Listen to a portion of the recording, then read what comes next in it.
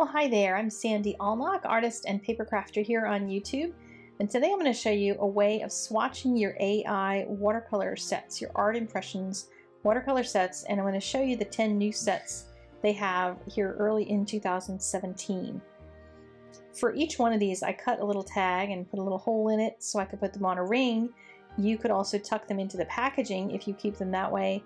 A lot of different things you can do. If you have different packaging you keep them in, like I put all of my containers in one Stampin' Up! Case, those big flat plastic cases.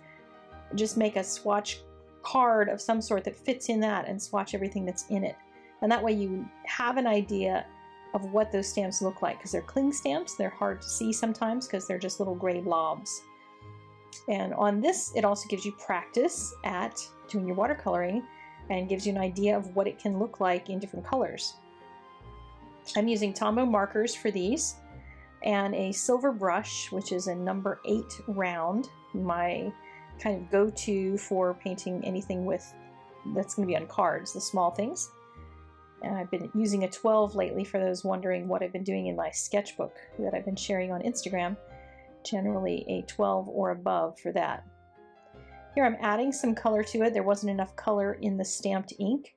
So you can add things to it by putting a little bit of marker onto a block and add some color to it. I also had added more water than I should have in the first place, and some of my lines started going away, so you can repair them after they're a little bit dry.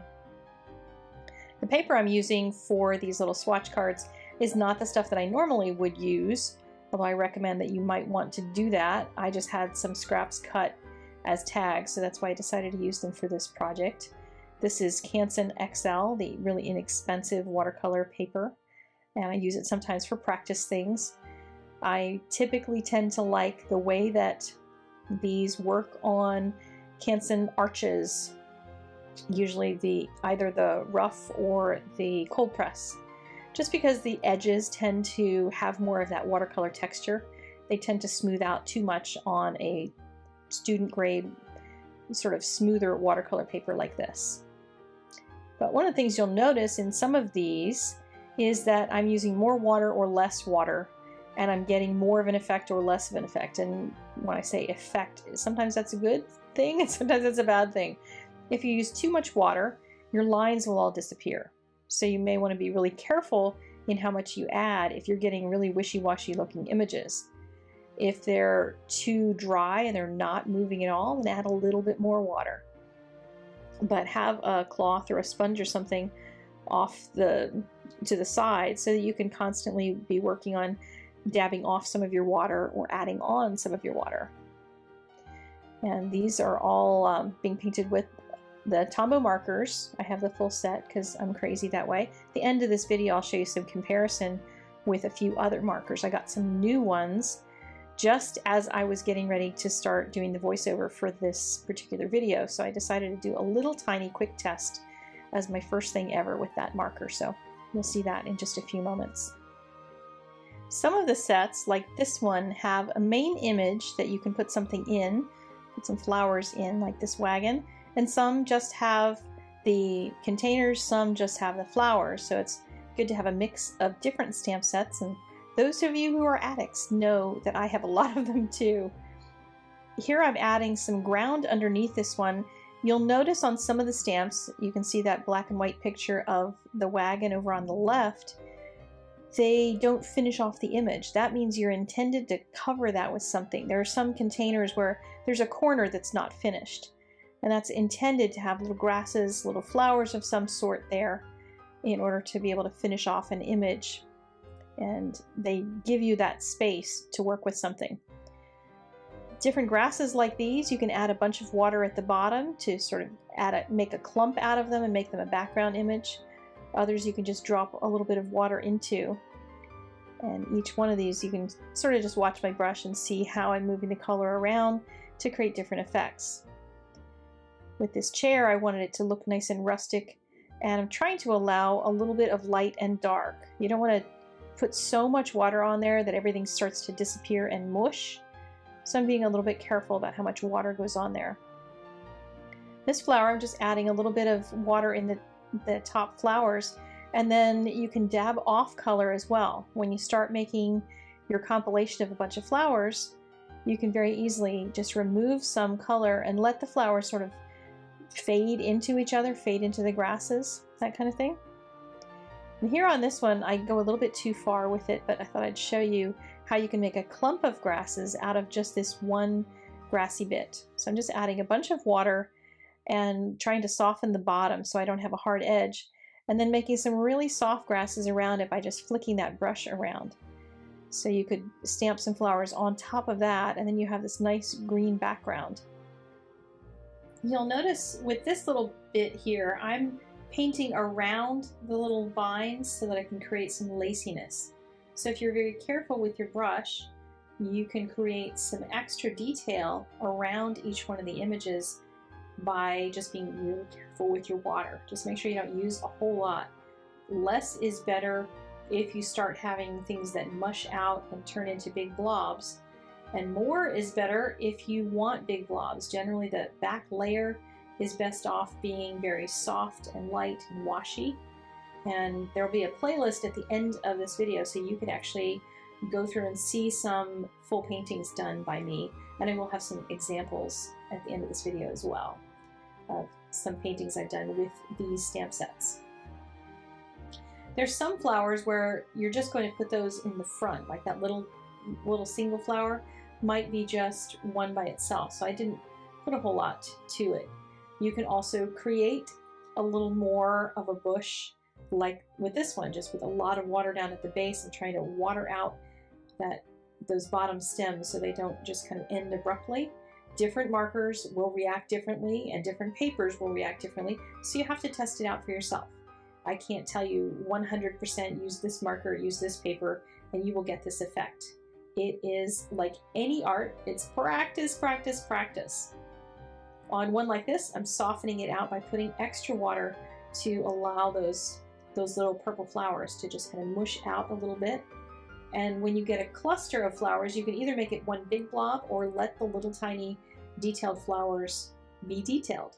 It really is up to you and what look you want, and whether or not you're putting it in the front layer where the more detail would be, or in a background where it would be a little softer.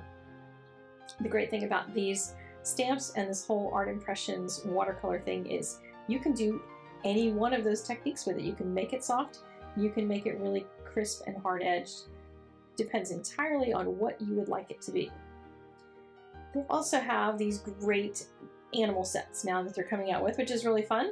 They've had a few little birds and little rodents, and I think there was a bunny in one of the sets that they've kind of slipped in randomly here and there, but they've got a couple sets now that are pretty solidly animals, and this one is all birds. So I would recommend that you go to Google, find your favorite bird, stamp it in a color that's going to work with that bird, and then try to mimic it.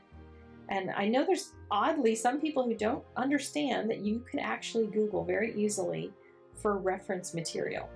Just put in bird standing gray if you want to do a gray bird, and you will get so many pictures of standing gray birds. You can get very specific with your Google searches, so go find some reference and follow along. These bunnies are another set that's a lot of fun. They'll be good for Easter, but also for any time of year, because bunnies can be in spring, in summer. You could use them with fall trees and fall leaves, and they would be really cute. You could even put some Christmas gifts around them and let them be, you know, part of a Christmas scene, a winter scene in a forest. A lot of different ways you can use bunnies. And there's a lot of stamp sets you might already have that have cute bunny sentiments.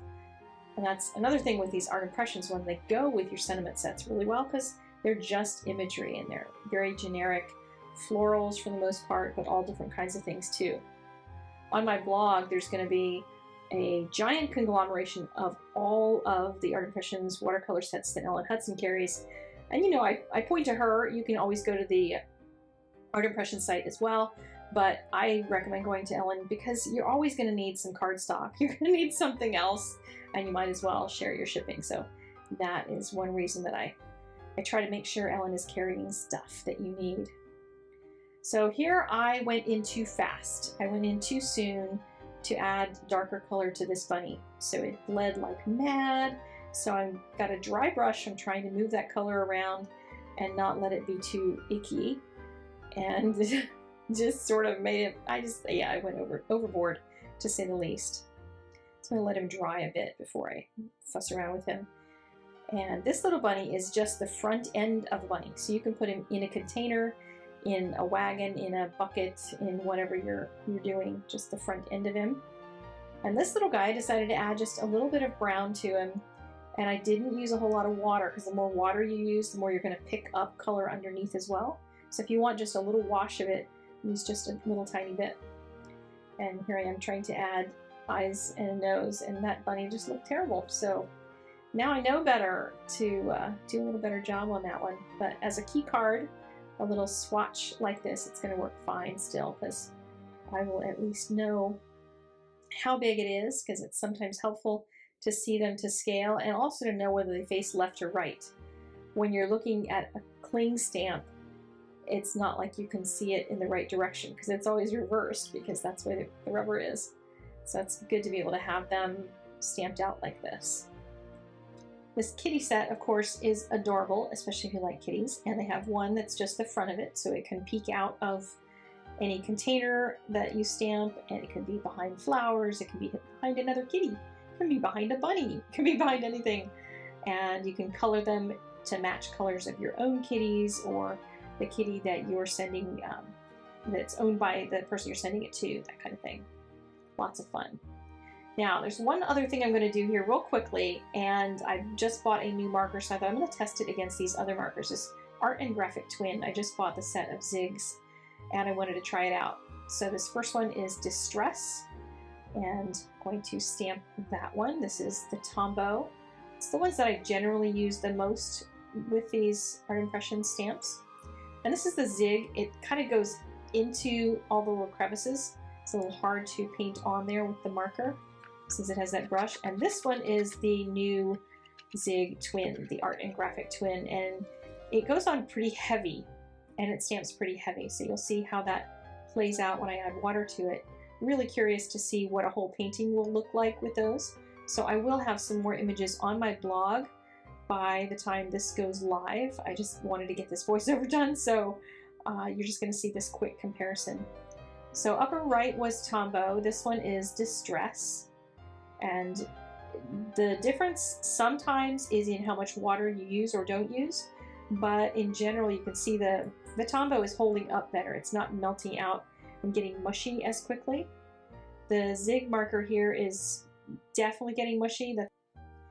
Now here is the new marker, the Art and Graphic Twins. I am going to have more videos coming up with them, but this was literally my very first little try at them. They do have heavier pigmentation that goes on the stamp, and that is going to bode well for some techniques, worse for others, but I think it's going to be interesting, so stay tuned, because I will have more coming up in the future on those. And I will have links to all these, of course, in the doobly-doo and over on the blog. A quick reminder that you should probably pick up this set of tiny blocks if you're using these Art Impressions little tiny stamps. Very helpful. And here's some images that are going to be over on my blog as well. One with all the kitties, one with 2 bunnies, one with just some flowers in the ornate containers.